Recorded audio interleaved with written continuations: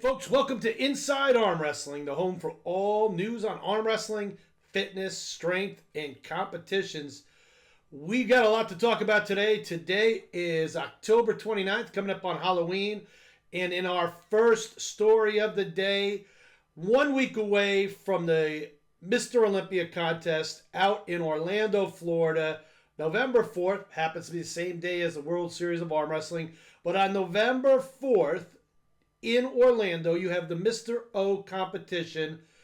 And folks, if you're a fitness enthusiast, strength enthusiast, you generally gravitate to the Mr. O. The Mr. O is the pinnacle of all bodybuilding shows. Certainly was made, popular through Arnold Schwarzenegger, and over the years has had a level of prestige that no other arm wrestling or no other bodybuilding show has achieved. And this year, it is going back to Orlando, Florida, after multiple years of being in Las Vegas.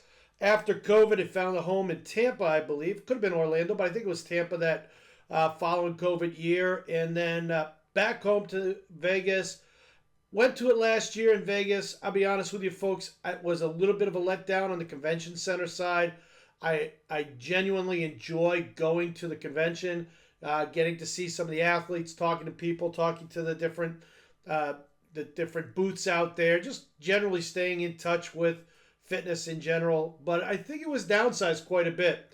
And I think that in reality, they probably had a better showing in the Florida region, and that's why they moved it back to Orlando. So Orlando, Florida, November 4th. We've got really an interesting lineup there. I think it may be, in my opinion, one of the best lineups for bodybuilding Mr. O's in a very, very long time. You've got your returning and reigning champion, Hadi Choopan. Hadi is always in shape. He always brings a tight, very well-conditioned package. Certainly by looking at a lot of his videos and updates in the recent couple of weeks, he is on his mark and would expect that he's going to bring in the best package of this year for himself. Last year, a little bit off, but definitely he had what it took to make it to the winner's circle. I think this year, though, with the level of competition with these young bodybuilders that are up and coming, it may be pushed. It may be very tough for Hadi to be able to repeat as Mr. O. And on his heels, I don't know that there is a clear, concise second, third, fourth, or fifth out there, and certainly maybe not first. Derek Lunsford, who is an amazing athlete, 212 turned open, second place, runner-up last year, has made some incredible improvements in the offseason. His legs look tremendous. His back is always his best body part.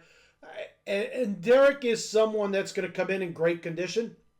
He is absolutely going to be spot on. Hani Rambod, who not only trains Hadi Choopan, also trains Derek Lunsford. He is not going to bring his two pinnacle athletes in anything less than at their best. So you really have to look at those as the two front runners. Last year, third place, Nick Walker has had a great offseason. He did go out and compete in the Arnold, lost to Samson Dowda, a close second, and then has taken the offseason for the rest of the year to really bring up some of his body parts. And when you say that about Nick Walker, it's really hard to digest bringing up body parts for a man as big as Nick is. He packs on some freakish size on a very small frame. But in looking at a lot of his updates on Instagram, it's obvious to see that Nick has made some significant improvements in his legs.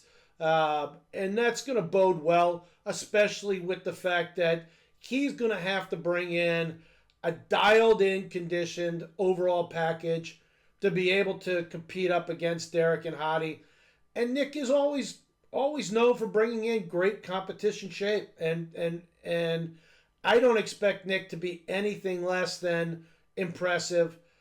But I think, folks, for us as bodybuilding enthusiasts out there, Samson Dauda, your 2023 Arnold Classic champion, has just posted some incredible updates over the last couple of weeks and couple of months. Updates you would think that potentially aren't real, but certainly are. He brings in an interesting dynamic, in my opinion, to the Mr. O this year. Beating Nick Walker earlier in the year, being a tall, well filled out 300-pound competitor on stage with very few lacking body parts. He brings a different dynamic. A well conditioned, well structured, thick massed big man is always going to look very impressive on stage.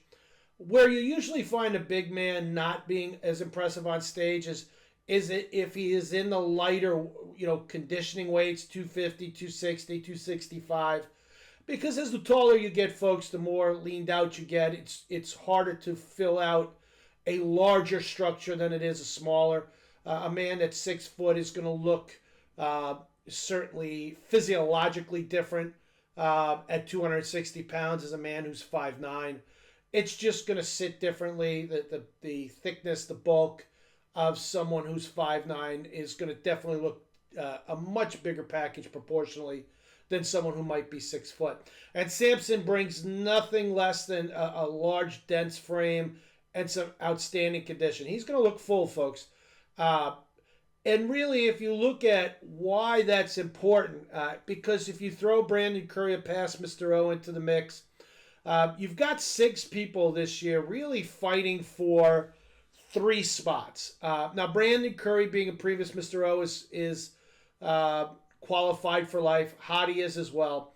But with the Mr. Olympia changing it to the top 3 competitors as automatic bids for next year, you're really going to have a push between Derek, Nick, Samson, Andrew Jack, who came in very impressive this year, a very impressive Hunter Lambrata.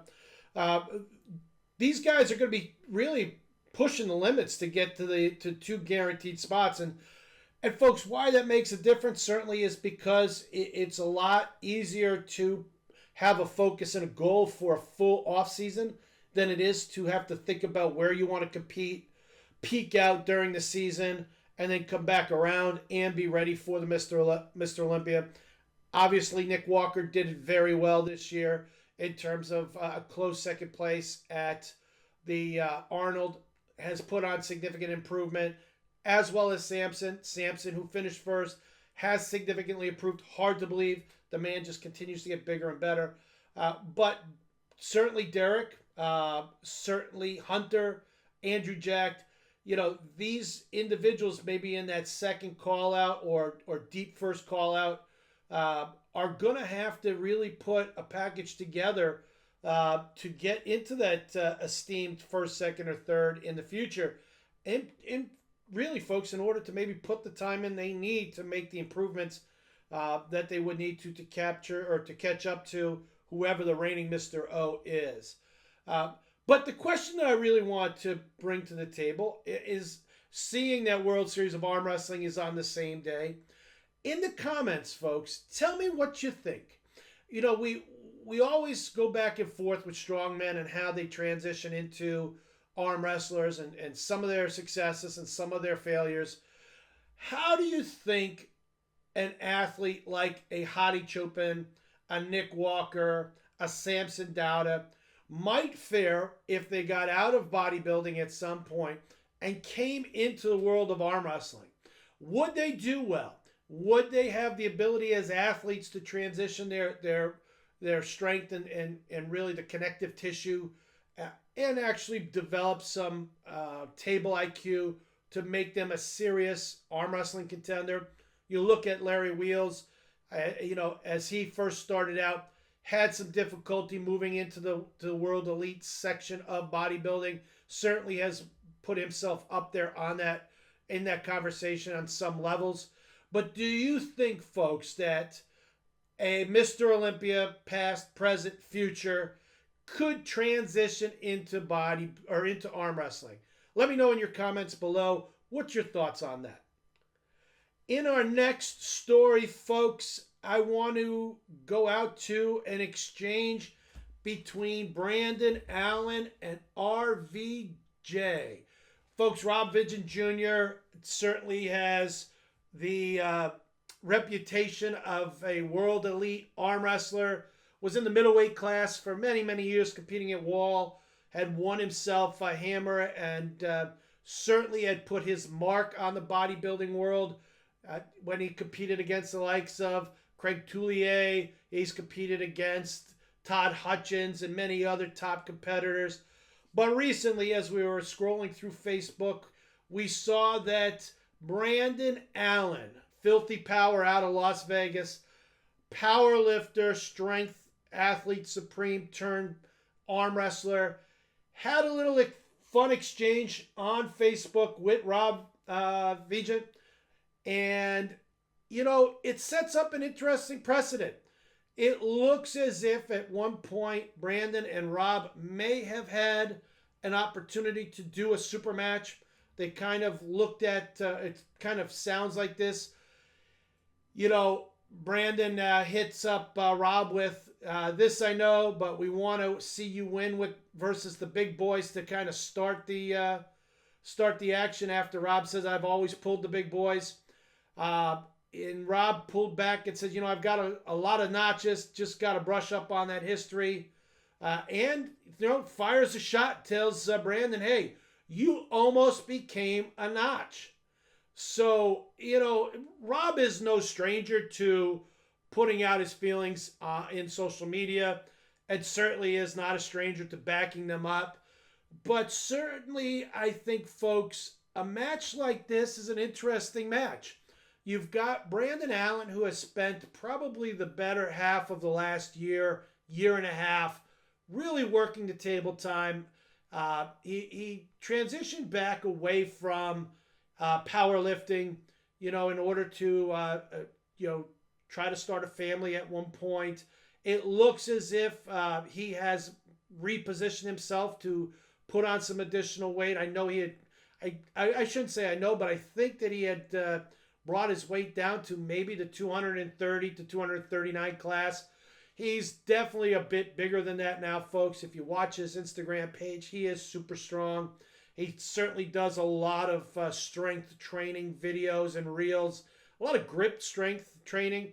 So he has really put a push on his interest in arm wrestling and is putting himself out there. And folks, you have to like someone who's not afraid to call someone out that may have achieved a little bit bigger platforms in their past than Brandon, but certainly would be a notch for Brandon if he was able to pull off an upset at that point. Or do you think it's an upset, folks? It might not be. Rob has not shown a lot of table time in the last year and a half.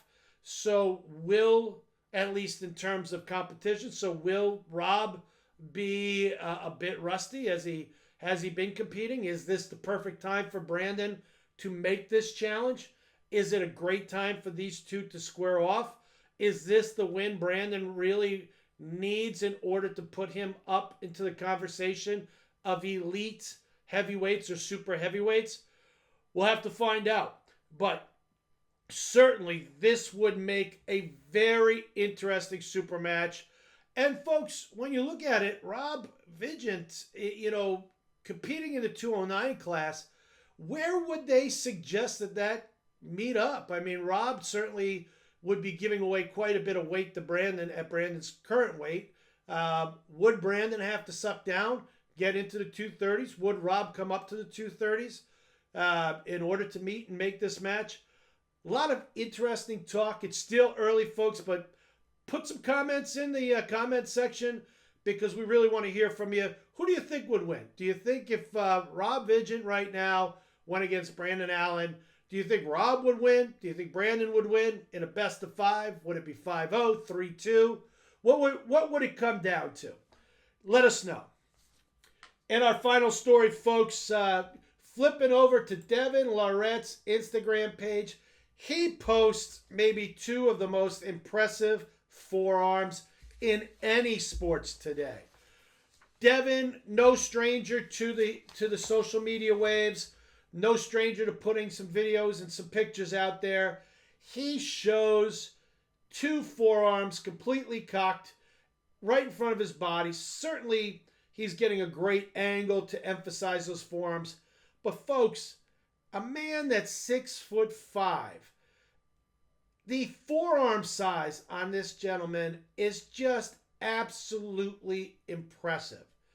The overall unconventional strength that Devon has is extremely unique. It's something that most don't find in any other competitive sports. If you watch his Instagram page, you'll see him moving very, very heavy weight, a half an inch, an inch and a half, finding those very, very small movements in order to really make the amount of power in that hand and in that forearm second to none. And folks, when you look at this man's forearm, you know, he has muscles and vascularity in places that, you know, really, where did it come from? I mean, I don't know that there's that many muscles that are in the human arm, but certainly Devon Larratt putting those two forearms up, the shots, you know, heard round the world coming into the November 11th East versus West. What do you think, folks? Is there a set of forearms in the world of arm wrestling that are more impressive than Devon Larratt's? You know, hands, strength, vascularity, thickness in those forearms. Throw us a comment down below. Let us know, is Devon Larratt one of a kind forearm-wise as well as arm wrestling-wise? Leave us a comment and certainly tell us if you think there's someone out there that could go toe-to-toe with Devon Larratt and those massive, amazing forearms. Folks, that wraps it up for us today. If you liked our video, please go over to the like button, hit the notification, hit subscribe, and let us know that you're there. We're going to continue to post more content as we continue to ramp up for the TV show Inside Arm Wrestling in 2024. Folks, if you like these stories and you want to see more, please hit the like button and subscribe to our page. Also hit the notification bell underneath the video so that way you're notified every time a new video comes out. And if you're on social media, specifically Instagram, go to the World Series of Arm Wrestling Instagram page. Please follow it. We'll try to follow you back, but it'll keep you up to date with all of the news and events in the world of arm wrestling.